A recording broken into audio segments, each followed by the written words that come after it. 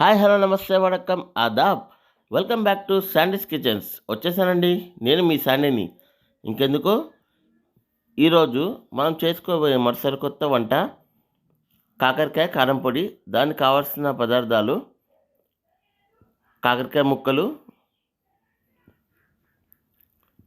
పల్లీలు, వేరుశనగ పప్పు, గుండు మినపప్పు, ధనియాలు, ఎండు కొబ్బరి ముక్కలు, కొద్దిగా చింతపండు అండ్ వెల్లిపాయలు, నువ్వులు కొన్ని, అండ్ జీలకర్ర, ఆవాలు. ఇప్పుడు తయారు చేసుకున్న విధానం ఫ్రెండ్స్: ముందుగా స్టవ్ పైన బండి పెట్టుకొని దానిలో కొద్దిగా ఆయిల్ పోసుకొని, ఆయిల్ వేడెక్కాక ముందుగానే సన్నగా తరిగి పెట్టుకున్న కాకరకాయ ముక్కల్ని మంచిగా గోల్డెన్ కలర్ వచ్చేంత వరకు దూరగా వేయించుకోవాలి. చాలా అంటే చాలా టేస్టీగా ఉంటుంది. డెఫినెట్లీ మీరు ట్రై చేయండి ఇంట్లో. మనము కాకరకాయ అనగానే చేదు అని తినం కదా, ఇది చాలా రుచిగా ఉంటుంది, చేదు అనేది ఉండదు. పిల్లలు కూడా చాలా ఇష్టంగా తింటారు. ఇది వేడివేడి ఇడ్లీలో కానీ, దోశలో కానీ, వైట్ రైస్లో కానీ చాలా చాలా బాగుంటుంది. డెఫినెట్లీ మీరు ట్రై చేయండి ఫ్రెండ్స్. దీన్ని మంచిగా స్లో ఫ్లేమ్లో మంచిగా వేయించుకోవాలి. ఇలా బ్రౌనిష్ కలర్ వచ్చేంత వరకు వేయించుకొని దీన్ని పక్కకు తీసుకోవాలి. Please subscribe my channel friends. ఇప్పుడు అదే బండిలో కొన్ని పల్లీలు తీసుకున్నాం కదా, పల్లీలు కూడా వేయించుకొని మంచిగా వేయించుకోవాలి. ఆ పల్లీల్లోనే మనము పక్కకు పెట్టుకున్న వేరుశనగపప్పుని కూడా యాడ్ చేసుకోవాలి. దాంట్లో ఇలా ఒక్కసారి కలుపుకొని దాంట్లోనే మినపప్పును కూడా యాడ్ చేసుకొని ఇవి మంచిగా బ్రౌనిష్ కలర్ వచ్చేంత వరకు వేయించుకోవాలి. దీంట్లో ముందుగానే కట్ చేసి పెట్టుకున్నాం కదా ఎండు కొబ్బరి ముక్కలు, అవి కూడా వేసేసుకొని మంచిగా లైట్ బ్రౌన్ కలర్ వచ్చేంత వరకు వేయించుకోవాలి ఫ్రెండ్స్. చాలా అంటే చాలా టేస్టీగా ఉంటుంది. డెఫినెట్గా మీరు ట్రై చేయండి ఇంట్లో, అండ్ హెల్త్కి కూడా చాలా మంచిది.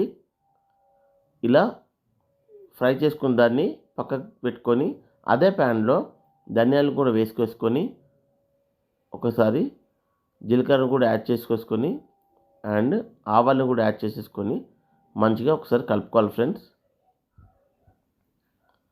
ఇలా గరిటెతో ఒక్కసారి కలుపుకున్నాక దీంట్లో నువ్వుల్ని కూడా యాడ్ చేసేసుకొని, నువ్వులు కొద్దిగా చిటపటలాడాక ఒకసారి ఇలా కలిపేసుకొని, నువ్వులు కొద్దిగా చిటపటలాడాక ముందుగా తీసి పెట్టుకున్న చింతపండు రెబ్బల్ని కూడా వేసేసుకుందాము.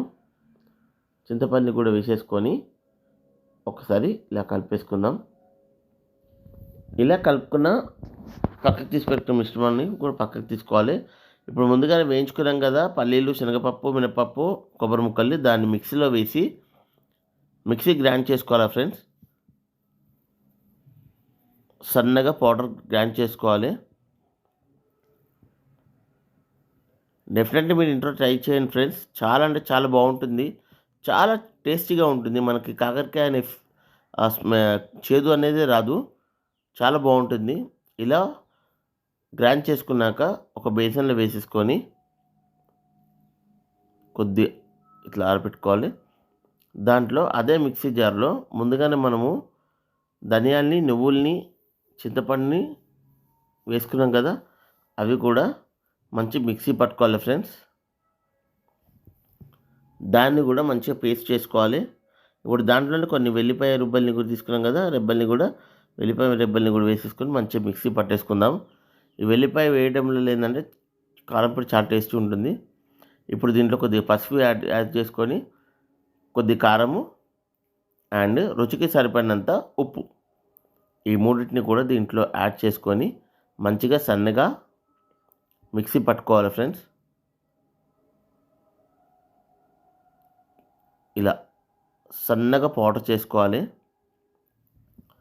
ఇప్పుడు దాన్ని కూడా పక్కకు తీసుకొని ఆ పౌడర్ని అదే మిక్సీలో మనం ముందుగా ఫ్రై చేసుకున్నాం కదా కాకరకాయ ముక్కల్ని, దాన్ని కూడా మిక్సీ పట్టుకోవాలి ఫ్రెండ్స్. ఇవి కూడా మిక్సీ చేసుకొని దీన్ని కూడా పౌడర్ చేసేసుకొని ఇలా సన్నగా పౌడర్ చేసుకోవాలి ఫ్రెండ్స్. ఇంకా ఫ్రెండ్స్ అందరు బాగున్నారు కదా, మీరు డెఫినెట్లీ ఇంట్లో ట్రై చేయండి, చాలా ఈజీ ఇది. ఇప్పుడు అన్ని పౌడర్లను కూడా ముందుగానే బేసన్లో శనగపప్పు పౌడర్ ఉంది కదా, దాంట్లో వేసేసుకొని మంచిగా మిక్స్ చేసుకోవాలి. ఒక గరిటె తీసుకొని మంచిగా మిక్స్ చేసుకొని కొద్దిగా కరపాకుని కొద్దిగా ఆయిల్లో లైట్ ఫ్రై చేసుకొని దాంట్లో పైన వేసేసుకుంటే సరిపోతుంది. అంతేనండి, ఎంతో ఈజీగా ఉండే కాకరకాయ కారం పొడి రెడీ. నాకైతే ఇలా కుదిరింది, మళ్ళీ మీకు ఎలా కుదిరిందో మీరు చేసుకున్నాక కామెంట్లో పెట్టండి. మళ్ళీ సరికొత్త వంటకంతో మళ్ళీ మీ ముందుకు వస్తాను. బాయ్.